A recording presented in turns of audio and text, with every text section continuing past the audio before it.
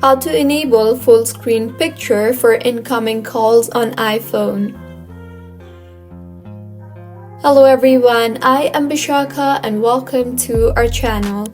I will take you through the step-by-step process on how to enable full screen picture for incoming calls on iPhone. Now, let's get right into the tutorial.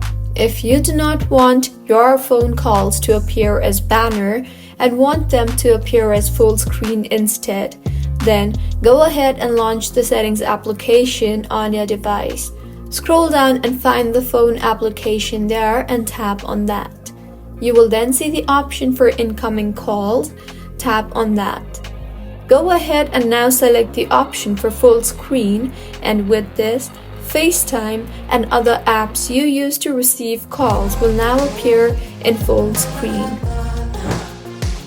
So, this is how you can enable full screen picture for incoming calls on iPhone.